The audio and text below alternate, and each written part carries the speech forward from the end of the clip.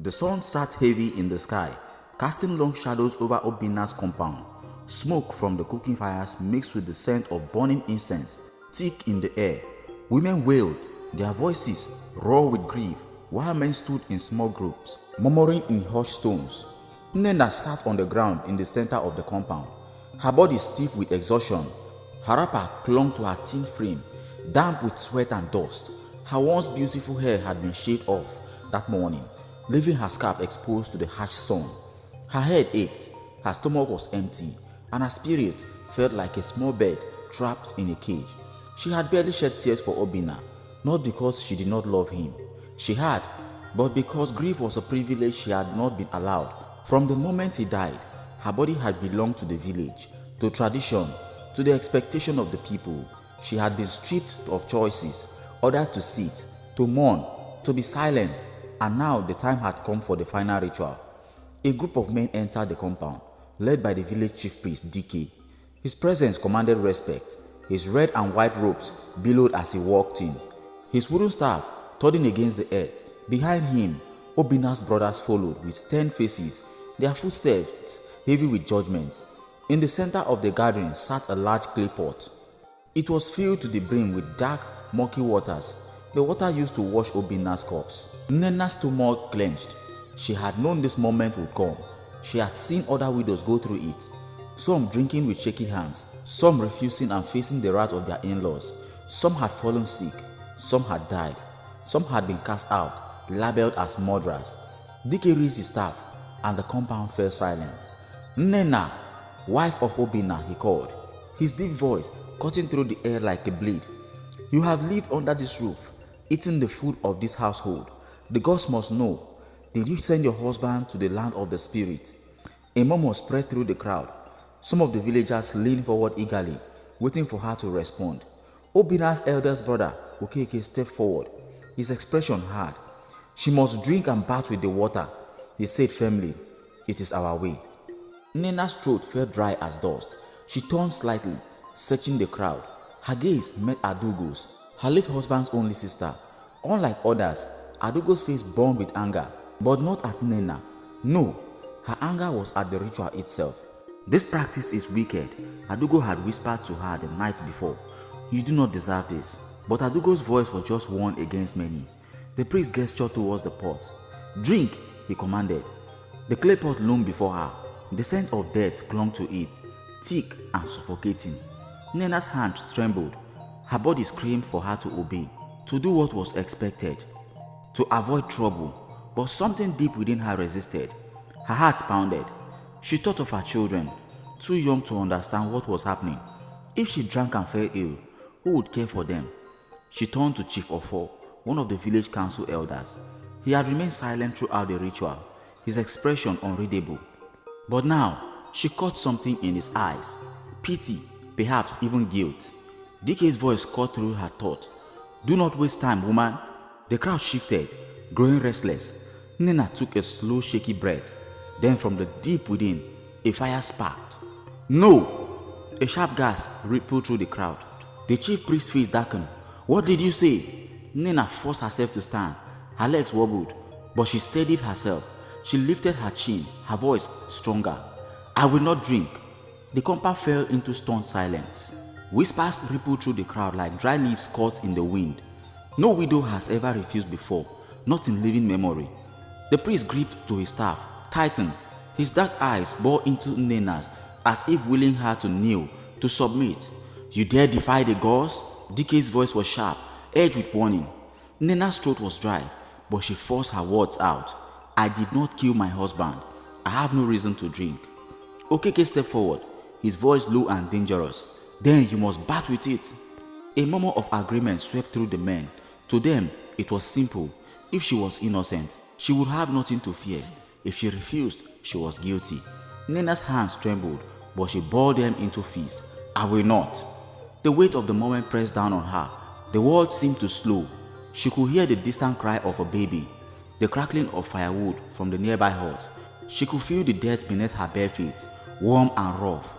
Adugo suddenly pushed through the crowd. Her voice rang out, clear and unwavering. "This is wrong." Heads turned in her direction. Adugo pointed at the clay pot. How does this prove innocence? Since when did the gods demand that a widow drink filth to show she is blameless? The men frowned, shifting uneasily. DK's jaw tightened. This is the way of our ancestors. Adugo's eyes flashed. Then perhaps our ancestors were wrong. A stunned silence fell over the crowd. Nena's heart pounded. She had expected Adugo's support, but not like this, not so boldly, in front of everyone. The priest's voice hardened. If we abandon our ways, what then will be left of us? A few villagers nodded in agreement. But then, a voice rose from the back. She speaks the truth. Heads turned again. Ifoma, the village activist, stepped forward. She was a woman known for challenging harmful traditions, though most people dismiss her as a troublemaker.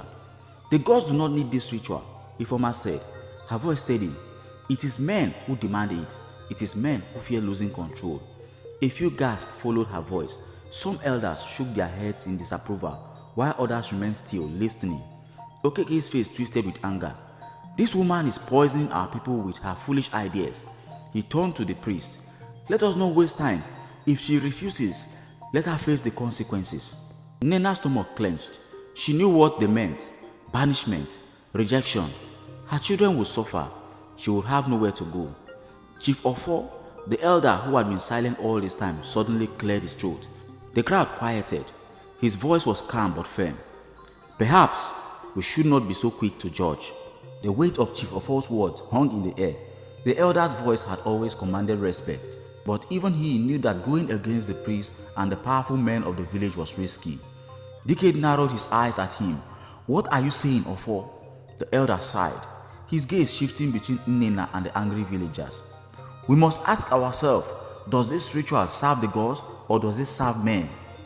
A few murmurs spread through the crowd. Some of the younger men looked uncertain, but Okeke was unmoved. He stepped closer to Nena, his voice filled with scorn. This woman has defied the customs that have guided us for generations, he said. If she does not drink or bath with the corpse water, she cannot remain amongst us. Nena felt the blood drain from her face. The meaning of his words was clear. She was to be cast out. A knot of fear tightened in her chest. What would happen to her children? Would they be taken from her? Adugo stepped in front of her, raising her chin defiantly. You have no right to drive her away. She has shamed our family, Okeke's part. She has shamed no one, Adugo shot back. You only want to control her, just as you control everything else. DK the chief priest lifted his staff, silencing them. Enough! His voice carried the finality of judgment, delivering a sentence. He turned to Nena. You have made your choice, he said, his voice like the rumble of a distant thunder. You rejected our customs, so you will bear the consequences. From this day forward, you are no longer welcome in this household. A fresh wave of murmurs spread through the crowd. The villagers shifted, some nodding in agreement, others glancing at each other with uncertainty. Okeke sneered, leave before sunset. Take only what you can carry. You and your children have no place here. Nena's breath caught in her throat. The weight of his words crushed her chest. She had prepared herself for rejection, but hearing it spoken aloud, so final, made her knees weak. She turned to Adugo, whose face burned with fury. This is wickedness, Adugo said, and you will answer for it one day. Okeke ignored her. Tears pricked at Nena's eyes, but she would not give them the satisfaction of seeing her weep. With a deep breath, she steadied herself. I will leave. Her voice quiet but firm. But I will not beg. The crowd slowly parted as she walked back into her house. Her house, the place she had built a life with Obinna, now turned into a prison of cruelty. She packed the little she could, a few clothes, some food, and a few coins Obinna had left behind. She found her children in the inner room, their small faces filled with confusion and fear. Are we going somewhere, Mama? Her eldest son asked. She forced a smile and knelt beside them. Yes, my love, we are going somewhere new. She did not tell them the truth, that they had nowhere to go. As the sun dipped toward the horizon, she stepped out of the house for the last time. The villagers watched in silence. Some looked away, ashamed. Others whispered behind their hands. Adugo stood by her side, gripping her hand tightly. I am coming with you. Nena's heart swelled with gratitude. No, Adugo, you still have a place here. Adugo shook her head. A place amongst men who would do this? No, I will not be part of it. Together, they walked towards the edge of the village. Ifeoma, the local activist, was waiting. "You are not alone," she said. "Come with me." Nnenna hesitated. She had always been weary of Ifeoma, unsure of whether to trust her, but now she had no choice. She nodded. As they disappeared into the night, Nnenna did not know what the future held, but one thing was clear: she was no longer bound by fear. She had lost everything, but she had also gained something powerful: freedom.